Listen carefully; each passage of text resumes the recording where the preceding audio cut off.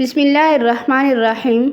ناظرین، حضرت عبداللہ ذوالبجادین رضی اللہ تعالیٰ عنہ ابھی شیر خواری کی منزل میں تھے کہ باپ کا سایہ سر سے اٹھ گیا۔ بچپن سے جوانی تک چچا نے کفالت کے فرائض اس طرح انجام دیے کہ انہیں باپ کی کمی محسوس نہ ہونے دی، یہاں تک کہ اونٹ، بکریاں، غلام، ساز و سامان، گھر بار اور ضرورت زندگی دے کر بے نیاز کر دیا۔ سرکار دو عالم صلی اللہ علیہ وآلہ وسلم منصب رسالت پر فائز ہوئے تو توحید کی صدائیں عرب کے ریگزاروں میں گونجنے لگیں۔ حضرت عبداللہ ذوالبجادین رضی اللہ تعالیٰ عنہ کے شفاف لوح قلب پر توحید و رسالت کی کرنیں پڑیں، دل و دماغ دین مبین کی صداقت سے چمک اٹھا۔ آستانہ مہر و وفا کی قدم بوسی کے لیے قلب ذوالبجادین مچلتا رہا، مگر چچا کے خوف سے اٹھتے قدم پھر پیچھے اٹھا لیتے، یہاں تک کہ مکہ فتح ہو گیا اور عرب کے نخلستانوں میں اسلام ابر رحمت بن کر چھا گیا۔ سرکار دو عالم صلی اللہ علیہ وآلہ وسلم مدینہ واپس تشریف لے گئے۔ ذوالبجادین کا پیمانہ صبر لبریز ہو گیا، خیال تھا کہ چچا کا دل بھی نور اسلام سے منور ہو جائے گا۔ چچا نے ذوالبجادین رضی اللہ تعالیٰ عنہ کے قبول اسلام کا لفظ ان کے لبوں سے سنا تو اس کے تن و بدن میں آگ لگ گئی۔ بھتیجے سے کہا کہ اگر ایسی جرأت کی تو نہ صرف دیا ہوا مال واپس لے لوں گا بلکہ تمہارے جسم سے کرتا اور تہمت تک چھین لوں گا۔ دین کے متوالے کا جذبہ دیکھیں، ایک لمحہ کی تاخیر کیے بغیر اپنے چچا سے کہا، ایمان کی خاطر زور و مال، گھر بار سب کچھ قربان کرنے کو تیار ہوں، لیکن اسلام کی دولت کو نہیں چھوڑ سکتا۔ آپ کے زور و مال اور دھن و دولت آپ کو مبارک، کملی والے کی غلامی مجھے مبارک۔ ذوالبجادین نے چچا کی دھمکی کے جواب میں اپنے جوتے، کرتا اور تہمت اتار کر چچا کے حوالے کر دیا۔ ذوالبجادین چچا کے گھر سے اس طرح نکلے کہ نام خدا کے سوا کوئی چیز ساتھ نہ تھی۔ اسی حالت میں اپنی ماں کے گھر میں داخل ہوئے۔ ماں نے بیٹے کو مادرزاد ننگا دیکھ کر آنکھیں بند کر دیں اور پوچھا، میرے لختے جگر تجھے کیا ہو گیا؟ فرمایا، اب میں مومن موحد ہو گیا ہوں۔ سبحان اللہ، یہ مومن کی عملی تصویر ہے کہ وہ دنیا کو اپنی ٹھوکر پہ رکھتا ہے۔ ذوالبجادین رضی اللہ تعالیٰ عنہ خدا اور اس کے رسول کی محبت میں اس حد تک بڑھ گیا کہ اونٹ، گھوڑے، بھیڑیں، بکریاں، سامان و مکان اور زندگی کی تمام آسائشیں اور یہاں تک کہ اپنے جسم کے کپڑے تک قربان کر دیے راہ خدا میں۔ ماں نے کہا، بیٹا اب کیا ارادہ ہے؟ فرمایا کہ آستانہ شاہ کونین صلی اللہ علیہ وآلہ وسلم کے پاس جانا چاہتا ہوں، صرف ستر پوشی کے لیے کپڑا چاہتا ہوں۔ ماں نے کمبل دیا۔ ذوالبجادین رضی اللہ تعالیٰ عنہ نے اس کے دو ٹکڑے کیے، ایک اوپر لیا، دوسرا نیچے باندھا۔ اس طرح اللہ کا بندہ بزم رسالت سے فیضیاب ہونے کے لیے گھر سے مدینہ کی طرف نکل پڑا۔ دین حق کا متوالا ذوالبجادین رضی اللہ تعالیٰ عنہ گرد و غبار سے بھرے ہوئے مسجد نبوی میں پہنچا۔ حضور اکرم صلی اللہ علیہ وآلہ وسلم حجرہ طیبہ سے باہر تشریف لائے تو سامنے عشق و مستی کی منزلیں طے کرنے والا دیوانہ کھڑا تھا۔ آپ صلی اللہ علیہ وآلہ وسلم نے پوچھا، کون؟ فرمایا، مسافر ہوں، دیدار کا متمنا، یتیم مکہ کے جلووں کا طالب۔ آپ صلی اللہ علیہ وآلہ وسلم نے حالات سنے تو رخسار نبوت پر آنسو بہہ نکلے۔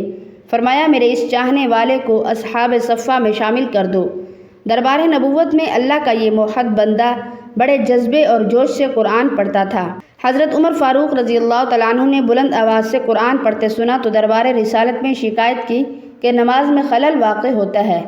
آقا و مولا صلی اللہ علیہ وآلہ وسلم نے فرمایا، فاروق کچھ نہ کہو، اسے چھوڑ دو، کیونکہ وہ اللہ اور اس کے رسول صلی اللہ علیہ وآلہ وسلم کے لیے سب کچھ چھوڑ چکا ہے۔ حضرت ذوالبجادین رضی اللہ تعالیٰ عنہ ایک جہاد میں شریک تھے۔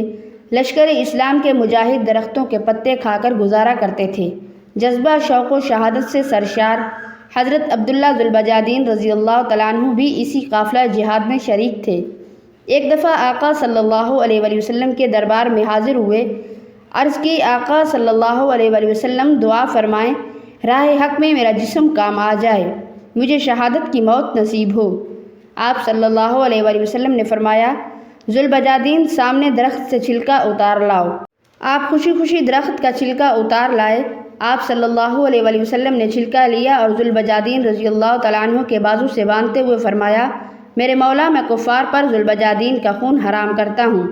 عبداللہ بن ذوالبجادین رضی اللہ تعالیٰ عنہ ارشاد سن کر پریشان ہو گئے۔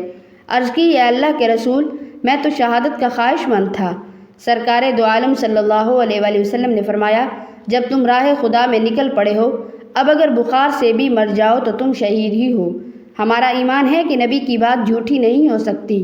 ایک منزل پر پہنچے تو عبداللہ کو بخار آ گیا۔ دوسری منزل پر پہنچے تو یہی بخار پیغام شہادت بن گیا۔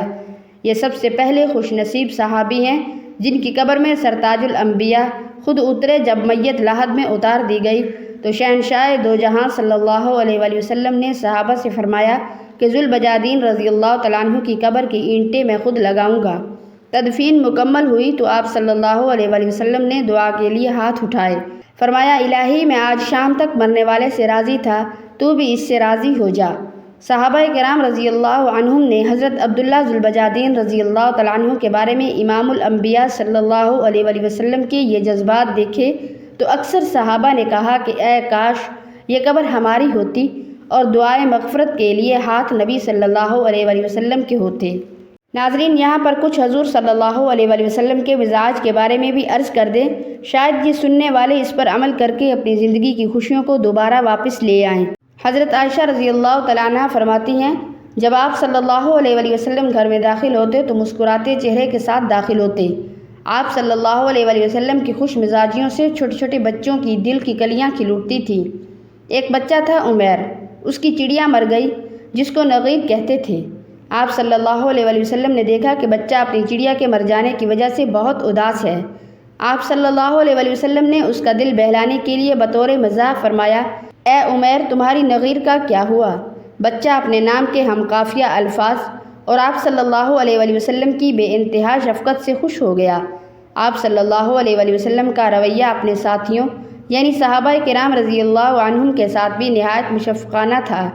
آپ صلی اللہ علیہ وآلہ وسلم اپنے صحابہ کرام رضی اللہ عنہم کے ساتھ خوش دلی کے ساتھ ہنستے مسکراتے رہتے۔ آپ صلی اللہ علیہ وآلہ وسلم اپنے ساتھیوں کے ساتھ ایسے گھل مل کے بیٹھتے، ہنسی مذاق کر رہے ہوتے کہ اگر کوئی اجنبی آ جاتا تو وہ جلدی سے آپ کو پہچان نہ پاتا۔ ایک دفعہ کسی دعوت میں رسول اکرم صلی اللہ علیہ وآلہ وسلم مع صحابہ کرام رضی اللہ عنہم چھوارے کھا رہے تھے اور گٹھلیاں حضرت علی رضی اللہ تعالیٰ عنہ کے سامنے پھینکتے جاتے۔ کھانے کے بعد حضرت صلی اللہ علیہ وآلہ وسلم نے حضرت علی رضی اللہ تعالیٰ عنہ سے فرمایا، اف آپ نے اتنے چھوارے کھائے کہ گٹھلیوں کا انبار لگا دیا ہے؟ حضرت علی رضی اللہ تعالیٰ عنہ نے فوراً کہا، جی ہاں، مگر ایسا معلوم ہوتا ہے کہ آپ صلی اللہ علیہ وآلہ وسلم چھوارے گٹھلیوں سمیت ہی کھا گئے ہیں۔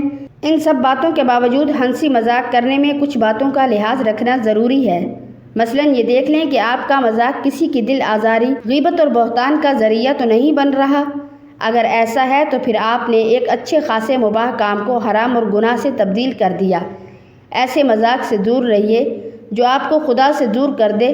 اس بات کا خاص خیال رکھیں کہ آپ کا مذاق شائستگی کے لیے ہو۔ بسا اوقات آپ کے مذاق سے ہو سکتا ہے کہ آپ تو خوش ہو رہے ہوں لیکن دوسرا آدمی ناخوش ہو۔ یاد رکھیے ایسا مذاق دوسرے کی طبیعت پر سخت ناگوار گزرتا ہے۔ یہ آپ کی شخصیت کو دوسروں کی نظروں سے گرا دیتا ہے اور ان کے دلوں سے آپ کی قدر کھو دیتا ہے۔ خلاصہ یہ ہے کہ مزاح کی حدود یہ ہیں کہ آپ بہت زیادہ نہ ہوں، جھوٹ نہ ہوں اور باعث دل آزاری نہ ہو۔ دعا ہے کہ اللہ تعالی ہمیں حضور صلی اللہ علیہ وآلہ وسلم کا سچا عاشق بنائے اور ان کے نقش قدم پر چلنے کی توفیق عطا فرمائے، آمین ثم آمین۔ ناظرین، اللہ تعالیٰ کے 99 ناموں میں سے ایک نام کمنٹ باکس میں ضرور ٹائپ کریں۔